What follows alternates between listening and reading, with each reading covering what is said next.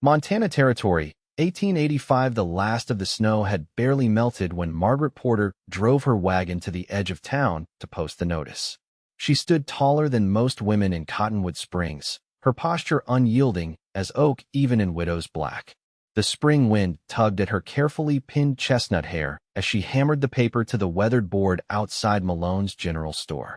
Ranch hand needed. Experienced. Silver Creek Ranch. Inquire in person. Margaret's gloved fingers smoothed the paper, tracing the careful script she'd penned that morning. 6 months a widow was long enough. The ranch was failing without Thomas, and the pittance of help she'd managed to hire couldn't handle the coming season. Her 12-year-old son, Daniel, tried his best, but he was still just a boy. Mighty short notice, Mrs. Porter called Fred Malone from the doorway, wiping flour from his hands. Most experienced hands are already spoken for this time of year. Margaret turned, chin raised. I'm aware, Mr. Malone, but Silver Creek needs tending, and I won't lose what Thomas built. No doubt, Fred nodded, something like pity in his eyes. Just don't want you getting your hopes up is all. Hope has little to do with it, she replied. Necessity, however, demands action. As she climbed back into her wagon, Margaret couldn't help wondering if she'd made a mistake waiting so long. Thomas had been gone since the previous autumn, taken by pneumonia after a sudden cold snap caught him during a cattle drive. She'd tried managing alone through winter, but spring brought fresh challenges.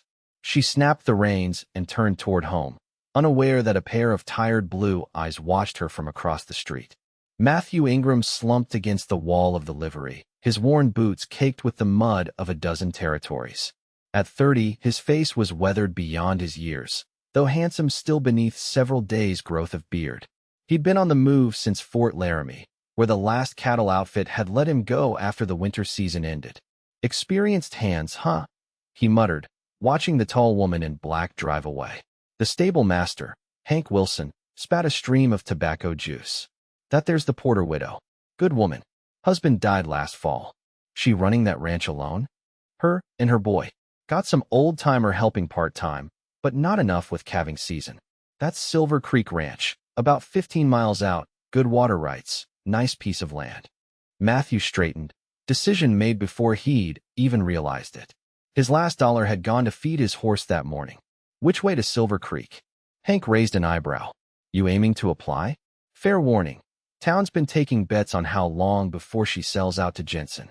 Jensen, Franklin Jensen, owns most of the valley already. Been after Porter land since before Thomas even caught cold. Hank spat again. The widow's proud, though. Won't sell, even though everyone knows a woman can't run a ranch that size. Matthew's jaw tightened. He'd seen enough of the world to know better. My ma ran our place for 3 years after Pa died. Did it better than he ever did. Hank shrugged. Silver Creek's west. Follow the creek upstream about 3 hours ride. Can't miss it. Matthew nodded, straightening his worn duster. Much obliged. When Margaret returned home, Daniel was struggling to mend fence in the south pasture. Her heart ached watching him, so determined to be the man of the house, yet so clearly still a boy with his father's earnest eyes and stubborn cowlick. Ma, he called, waving. I fixed almost the whole stretch. Margaret smiled as she pulled the wagon to a stop. I see that. Fine work, Daniel. Did you post the notice? Think we'll get someone good. Hope brightened his young face. We shall see. She wouldn't burden him with her doubts. For now, let's get these supplies inside. The ranch house Thomas had built stood sturdy against the Montana sky, 2 stories of hard work and dreams. The barn needed new roofing, the corral needed repairs, and half their fences were in disrepair, but the house remained as solid as the day he'd carried her across its threshold. Margaret had just finished storing the supplies when she heard hoofbeats approaching. She stepped onto the porch, shielding her eyes against the afternoon sun. A lone rider approached, his horse moving with the easy gait of an animal accustomed to long distances. The stranger dismounted with fluid grace that spoke of years in the saddle. Up close, Margaret could see the threadbare quality of his clothing, though it was clean enough. His face was sun-browned and lean, with eyes the color of the summer sky. Mrs. Porter, he asked, hat in hand. Matthew Ingram. I saw your notice in town. Margaret assessed him carefully. You're seeking the position? Yes, ma'am. I've worked cattle since I could walk. Wyoming, Colorado, Texas drives. Good with horses, better with cattle. His voice was deep but gentle, like distant thunder. Experience is one thing, Mr. Ingram. References are another. Last worked for the Bar X out of Fort Laramie. Before that, Circle T in Colorado. Sam Tucker or Jim Pearson would vouch for me. Margaret frowned. Those ranches are far away, Mr. Ingram. Yes, ma'am. Been moving where the work takes me. She noted his worn boots, the patches on his duster. A drifter, then. The kind Thomas would have hired without question, believing a man should be judged by his work, not his circumstances. But Thomas wasn't here, and Margaret had Daniel to consider. Silver Creek needs more than temporary help, Mr. Ingram. Spring roundup is coming, then branding, then summer grazing. Something flickered in those blue eyes. I'm not looking to drift anymore, Mrs. Porter. I'm looking to stay somewhere a spell. Before Margaret could respond, Daniel came running from the barn. Ma, is he here for the job? Matthew tipped his hat to the boy. That I am, young man. Can you rope? Pa taught me some, but I can't get the loop right. Daniel, Margaret cautioned. Matthew smiled, a genuine expression that transformed his weathered face. I can rope just about anything that moves, and some things that don't. Daniel grinned. Can you show me? Daniel Porter, Mr. Ingram hasn't even been hired, Margaret said firmly. Matthew looked between them, then back to his horse. Tell you what, Mrs. Porter. Let me prove myself. One day's work. No pay unless you're satisfied. Margaret hesitated. They needed help desperately, and hiring him for a trial seemed prudent. Very well. One day, you can use the bunkhouse. It's empty at present. Much obliged. Matthew nodded. I'll get my horse settled and start wherever you need me most. As he led his mount toward the barn, Margaret watched with guarded hope. One day wouldn't solve their problems, but it was a start. That one day stretched to a week, and then a month. Matthew worked from sunrise until well past sunset, tackling the most pressing repairs first, the barn roof, then the corrals, the water troughs, and the miles of sagging fence. He did the work of 3 men, never complaining, always courteous. Margaret found herself watching him when he didn't notice, the way his shoulders flexed as he swung the axe, how gentle his hands were with the new calves, how patient he was teaching Daniel.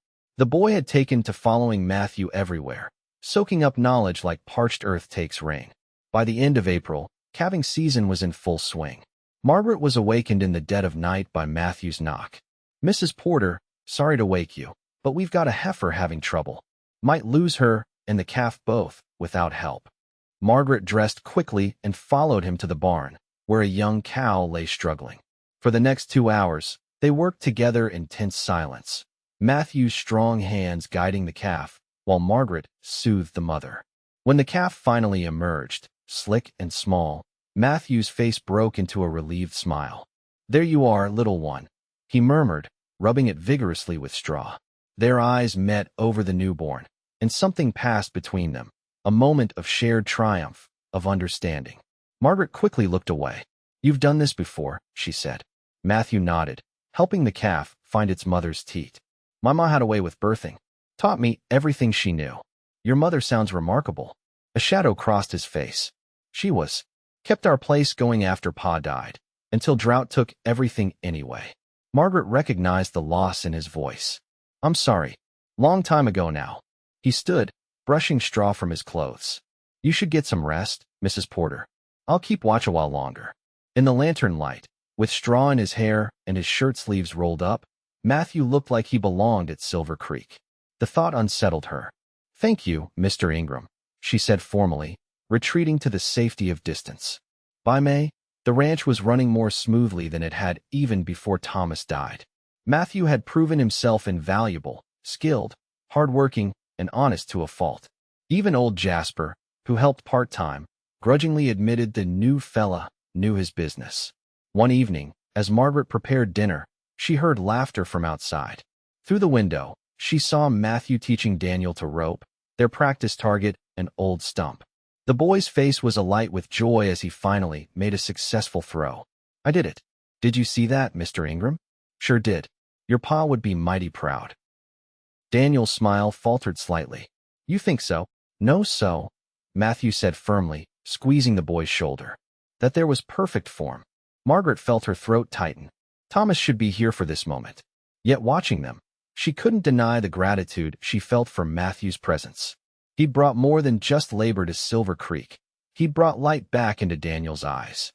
The dinner bell broke the moment, and they came in together, Daniel chattering excitedly about his success.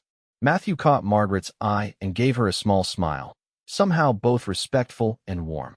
"Something smells wonderful, Mrs. Porter." "Just stew," she replied, flustered by the simple compliment. "Ma makes the best stew in the territory," Daniel declared proudly. At the table, their conversation flowed easily.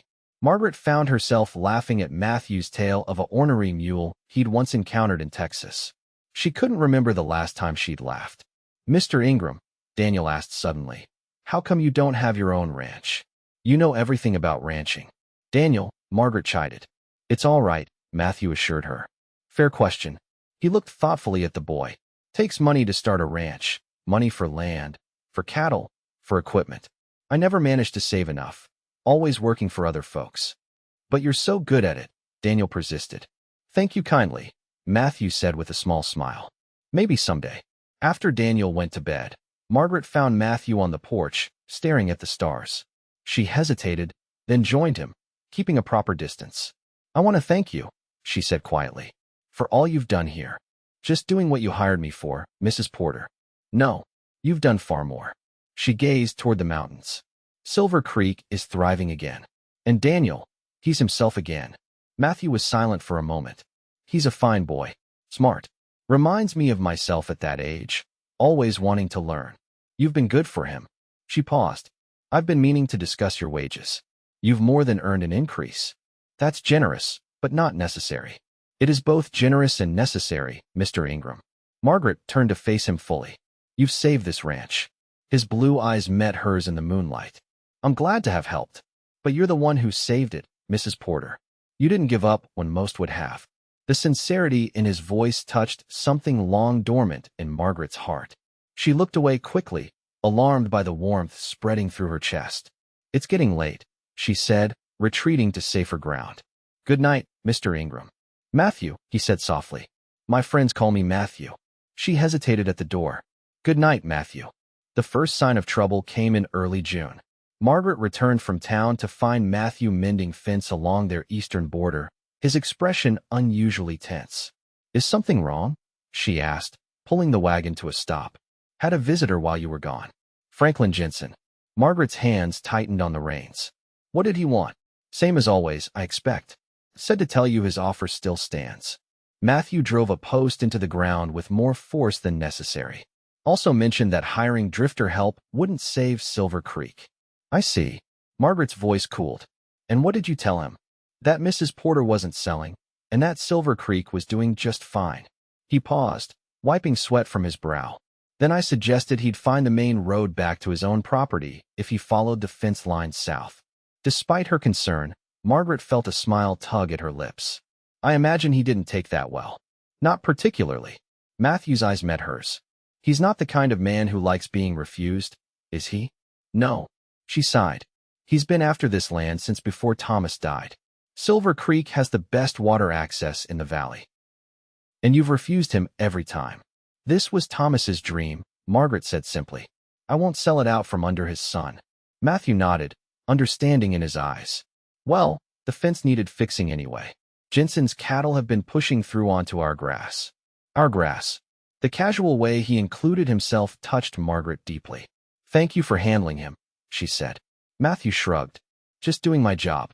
But they both knew it was more than that. 2 weeks later, the situation escalated. Margaret and Matthew were working cattle in the north pasture when Daniel came galloping up on his pony, fear etched on his young face. "Ma, Mr. Ingram, there's men at the East Creek, building something." They rode hard to investigate and found 3 of Jensen's men constructing a dam across Silver Creek where it entered Porterland. "What's the meaning of this?" Margaret demanded, reining in sharply. One of the men, Hobbs, Jensen's foreman, barely glanced up. "Following orders, Mrs. Porter. Mr. Jensen says this creek runs through his property first, so he's redirecting it." "This is outrageous." Margaret's voice shook with anger. "You know very well we have water rights."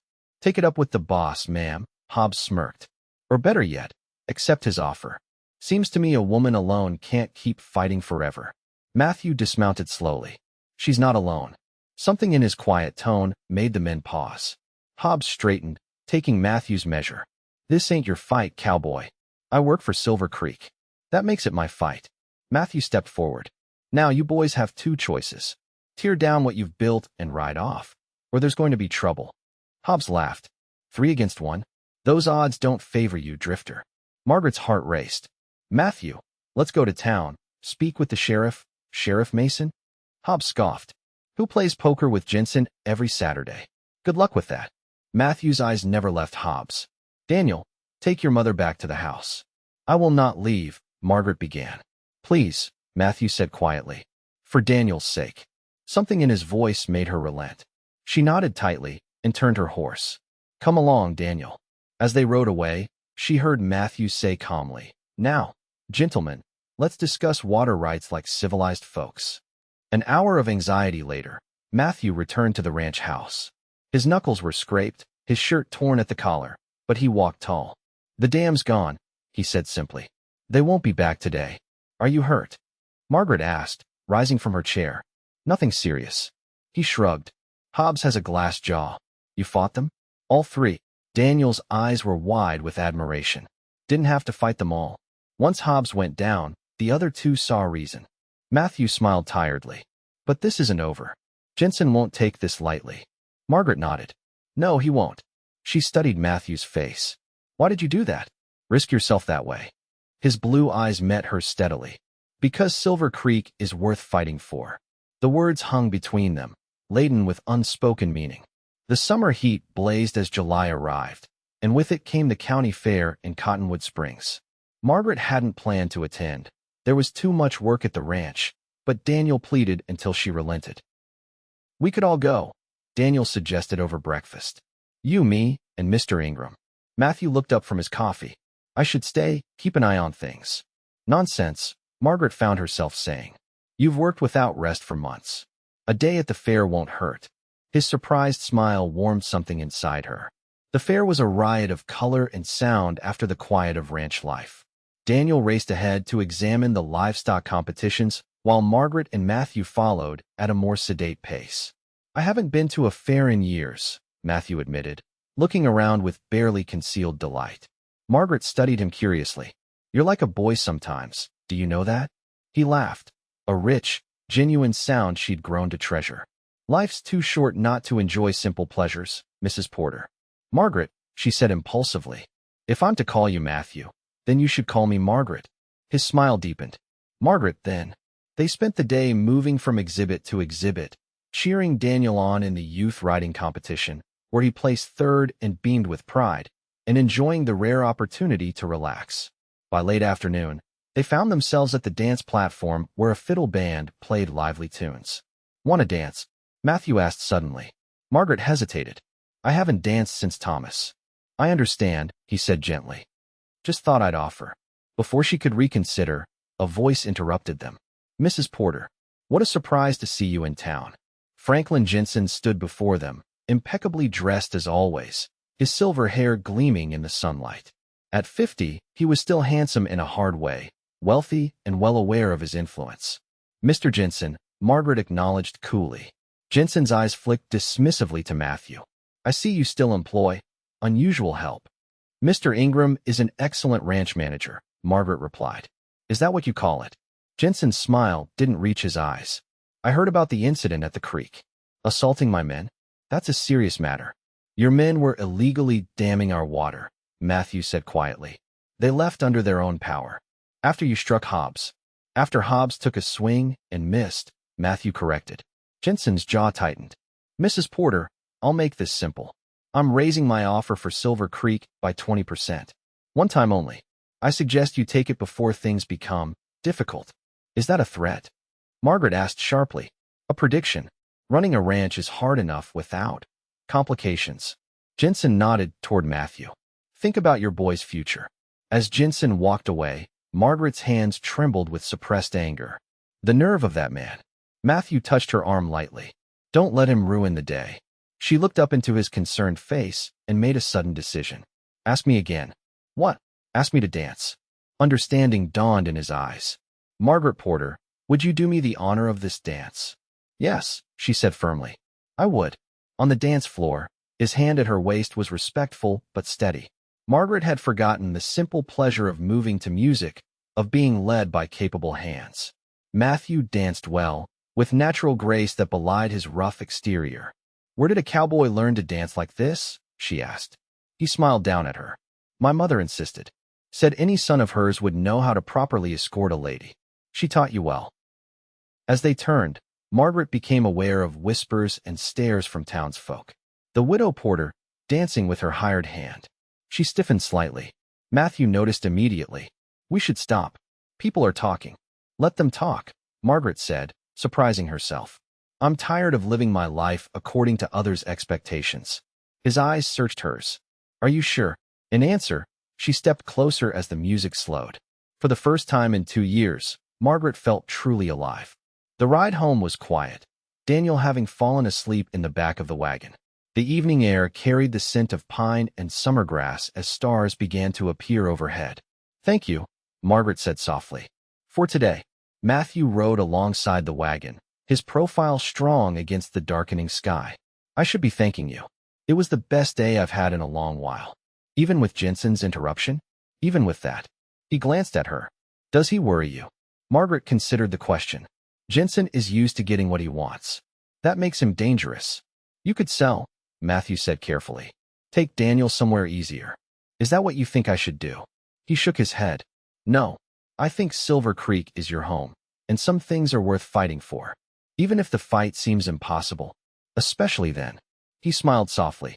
"Besides, nothing about you strikes me as the type to back down from a challenge." Margaret Porter. Something about the way he said her name made her heart beat faster. "You've grown to know me well, haven't you?" "I've tried to," he admitted. "You're not an easy woman to know." "No," she agreed. "I suppose I'm not." They rode in companionable silence until the ranch came into view. As they approached, Matthew suddenly reined his horse to a stop. "Something's wrong," he said, voice sharp. Margaret followed his gaze and saw it too. The barn door stood open, swinging in the breeze. She was certain they'd closed it before leaving. "Daniel," she said urgently. "Wake up. Stay in the wagon." Matthew dismounted, drawing the revolver he carried. "Stay here. I'll check it out." "Be careful," Margaret whispered, fear tightening her throat. He moved silently toward the barn, disappearing into the shadows. Long minutes passed. Daniel, now awake, pressed against her side. "Ma, what's happening?" "Shoo. It's all right." When Matthew finally emerged, his expression was grim. "Someone's been here. Tack room's ransacked, and 2 horses are gone." "Thieves?" Margaret asked, dismounting to join him. "Maybe." He shook his head. "But nothing else seems touched. It's strange." They searched the house together, finding it undisturbed. Only when they checked the study did they discover the missing item, the strongbox containing the ranch's papers and deeds. Margaret sank into Thomas's chair, shock washing over her. "Without those papers, I can't prove we own Silver Creek, or that we have water rights." Matthew's expression hardened. "Jensen, we don't know that," she cautioned, though she believed it too. "I'm riding to town first thing tomorrow, speaking to the sheriff." "He won't help," Margaret said bitterly. "Jensen owns half the county." Matthew knelt beside her chair. "Then we'll find another way. I promise you, Margaret, I won't let him take Silver Creek from you." In that moment, looking into his determined blue eyes, Margaret believed him. As predicted, Sheriff Mason was sympathetic but unhelpful. Without evidence linking Jensen to the theft, there was nothing he could do. The county records might have copies of some documents, but the land office in Helena would take weeks to respond to inquiries. Matthew returned to Silver Creek with the bad news, finding Margaret in the garden, aggressively pulling weeds. "The sheriff?" she asked, not looking up. "About what we expected." She nodded, yanking another weed from the soil.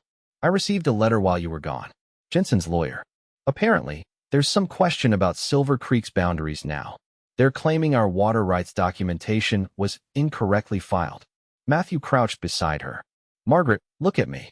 She did, her eyes bright with unshed tears of frustration. "We're not beaten," he said firmly. "The original survey maps would show the boundaries, and Thomas must have filed copies of the water rights. The survey maps are in Helena. As for copies," she sighed. "Thomas always said he sent copies to his brother in St. Louis, but we haven't heard from Richard in years. I wouldn't know how to reach him." Matthew's face lit up. That's something. I could go to St. Louis. St. Louis? That's nearly 2,000 miles. By train, maybe 3 weeks round trip. His mind was already racing ahead. If I leave tomorrow— No, Margaret interrupted. I can't ask that of you. You're not asking. I'm offering. She studied his earnest face. Why would you do this? Go so far, risk so much for land that isn't yours. Something vulnerable flashed in his eyes. You know why. The simple statement hung between them, charged with meaning neither was ready to voice. Margaret looked away first. Even if you went, Jensen won't wait. He'll move his cattle onto our land, divert our water again. Then we need to buy time. Matthew stood. I have an idea.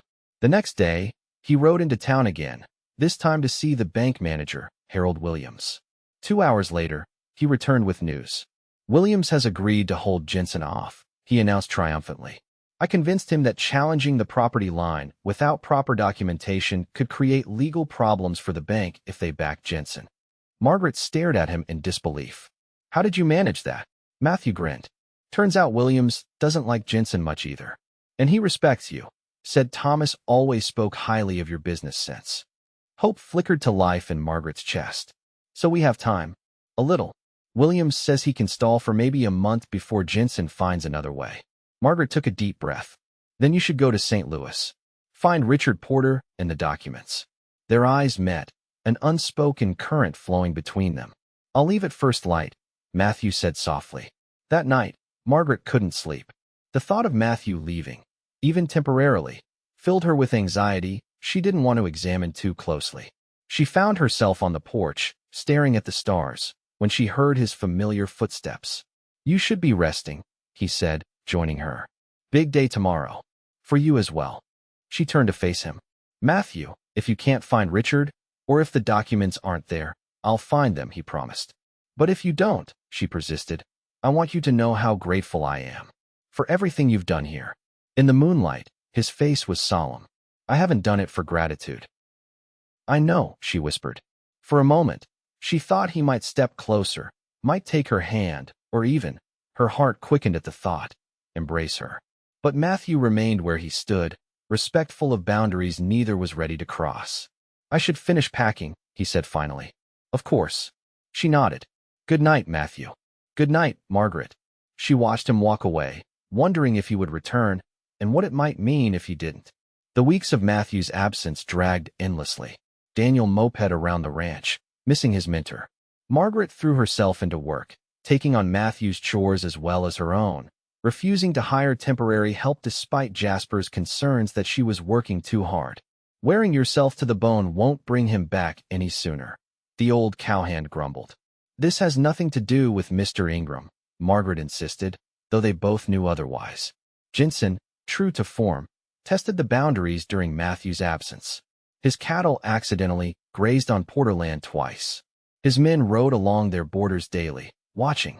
Margaret stood her ground, riding out herself to turn back the cattle, meeting Jensen's men with a rifle across her saddle and ice in her voice. 3 weeks after Matthew's departure, when hope was beginning to fade, a rider approached the ranch. Margaret's heart leapt, then fell when she realized it wasn't Matthew. It was a boy from town with a telegram. With trembling fingers, she opened it. Found Richard stop, have documents stop, arriving Friday, train stop Matthew Friday. 2 days away. Margaret pressed the paper to her chest, relief washing through her. Good news, Ma? Daniel asked, watching her closely. The best, she smiled. Matthew's coming home. Home. The word slipped out naturally, and Margaret didn't correct it. Friday dawned clear and bright. Margaret took unusual care with her appearance, choosing a blue dress Thomas had always favored, pinning her hair more carefully than usual. Daniel noticed, a knowing smile playing on his young face, but he said nothing. They drove to town together, arriving at the station just as the train pulled in, belching steam and cinders.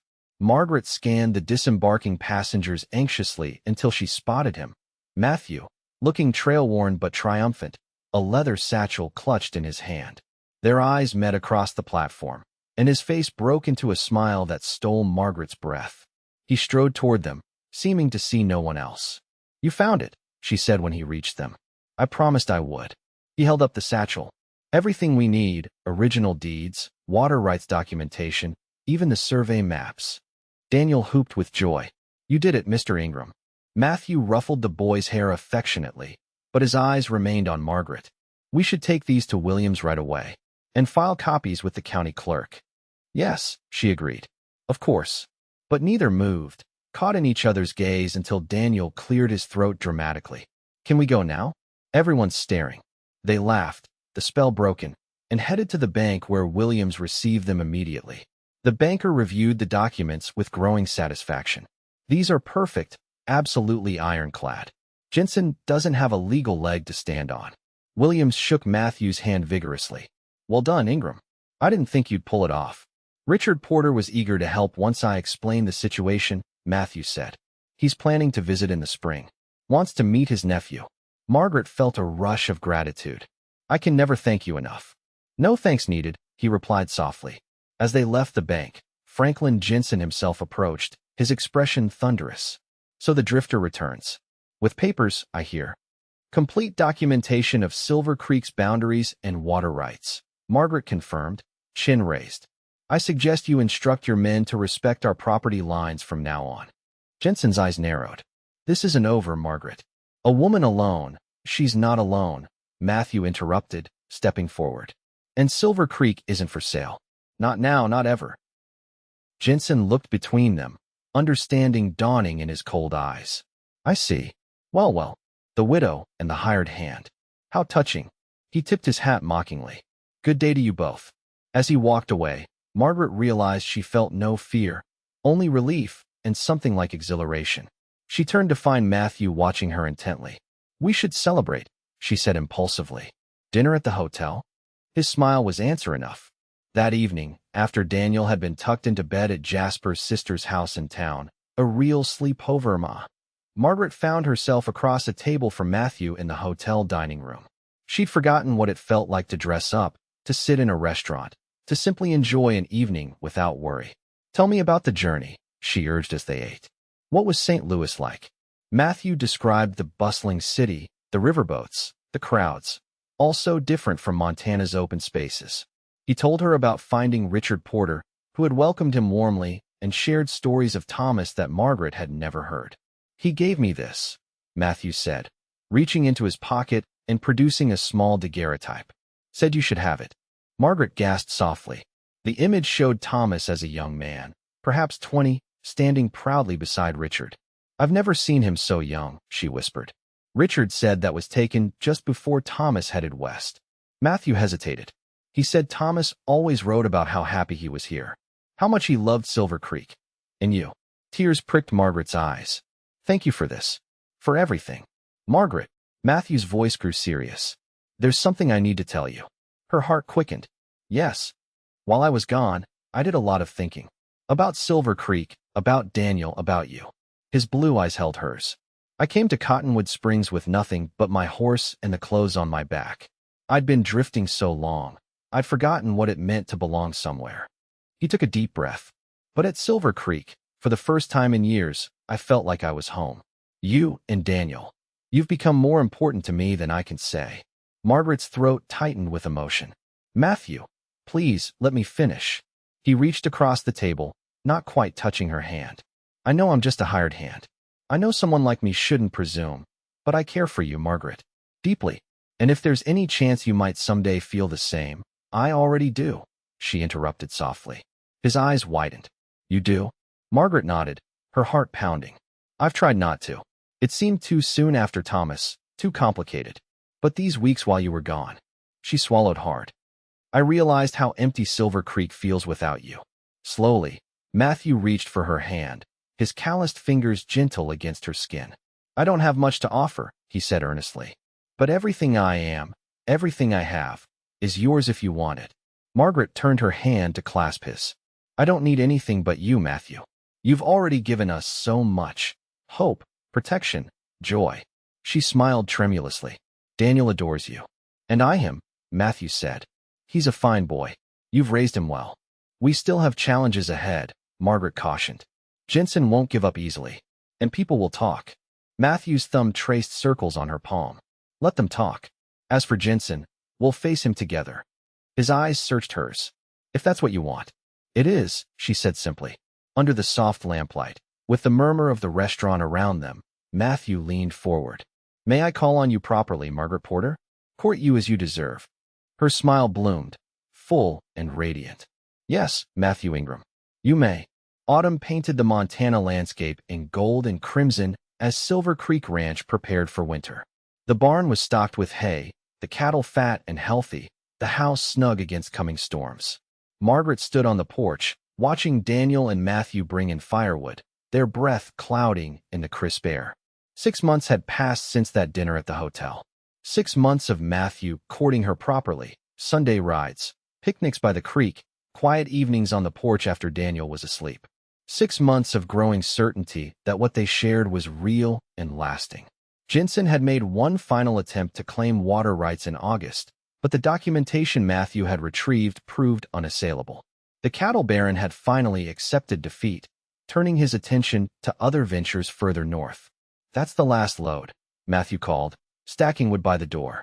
His status had changed from hired hand to partner, both in the ranch and in Margaret's heart. Though he still slept in the bunkhouse, propriety demanded it. Everyone in the county knew they would marry. Just in time, Margaret replied, nodding toward the mountains where dark clouds gathered. Snow before nightfall, I'd wager. Daniel bounded up the steps, cheeks red from exertion. Can we have hot chocolate? Mr. Ingram says in Texas they put cinnamon in it. Cinnamon, is it? Margaret laughed. I suppose we could try that. As Daniel dashed inside, Matthew joined her on the porch. In the months since his return, he'd gained weight, his lean frame filling out with good food and hard work. New clothes replaced his threadbare ones, though he still wore the same well-worn hat. He's excited about something, Matthew observed. Been fidgety all morning. Christmas is coming, Margaret reminded him. He's at that age, too old to admit he still believes in Santa, too young not to hope. Matthew's eyes crinkled with amusement. Might be more than that. He was asking me some mighty peculiar questions yesterday. Oh, wanted to know if I thought the house needed more rooms. If I liked his mother's cooking. If I planned to stay at Silver Creek forever. Margaret felt a blush warm her cheeks. He's impatient for us to marry. Smart boy, Matthew murmured, stepping closer. Gets that from his mother. She smiled up at him. The town gossips have finally found other matters to discuss, I hear. Disappointed them, did we? By courting properly. His hand found hers, their fingers intertwining naturally. Terribly disappointed. Especially widow Jensen, who was certain you'd compromise my virtue within a fortnight. Matthew laughed, the sound rich in the cold air. The only thing I've compromised is my bachelorhood. His expression grew serious. Speaking of which, I've been meaning to ask you something. Margaret's heart quickened. Yes. Christmas is 3 weeks away. He took both her hands in his. I was thinking, it might make a fine wedding day. Joy bubbled up inside her. It would indeed. Is that a yes, Mrs. Porter? It's a yes, Mr. Ingram, she whispered. The easiest yes I've ever given. He pulled her gently into his arms, and this time there was no hesitation, no boundary left uncrossed. His lips found hers in a kiss that held all the promise of their future together, tender yet passionate, sweet yet demanding. When they parted, breathless, the first snowflakes were beginning to fall, dancing in the afternoon light. I love you, Margaret, Matthew said simply. Have since that first day, I think. And I love you, she answered, marveling at how right the words felt. Silver Creek has always been home, but now it feels complete. You've made it complete. From inside came Daniel's voice. Ma, Mr. Ingram, the chocolate's ready. They smiled at each other, knowing that soon Mr. Ingram would become Pa, a title Matthew would wear with pride and Daniel would give with love. We should go in, Margaret said softly. Before he comes looking. Matthew nodded, but stole one more kiss before opening the door. After you, Mrs. Soon-to-be Ingram. As they stepped into the warmth of the house, their home, the snow began falling in earnest, blanketing Silver Creek Ranch in pristine white, nature's blessing on a love that had grown from necessity to choice, from respect to devotion. The rich widow and the poor cowboy had both found what they truly needed, not just someone to share the work, but someone to share the dream. Together, they would face whatever challenges came, secure in the knowledge that Silver Creek would thrive under their care, a legacy for Daniel and the children they might add to their family in years to come. The ranch Thomas Porter had built would continue, not just as a memorial to what was lost, but as a testament to what had been found, a love as enduring as the Montana mountains and as life-giving as Silver Creek itself.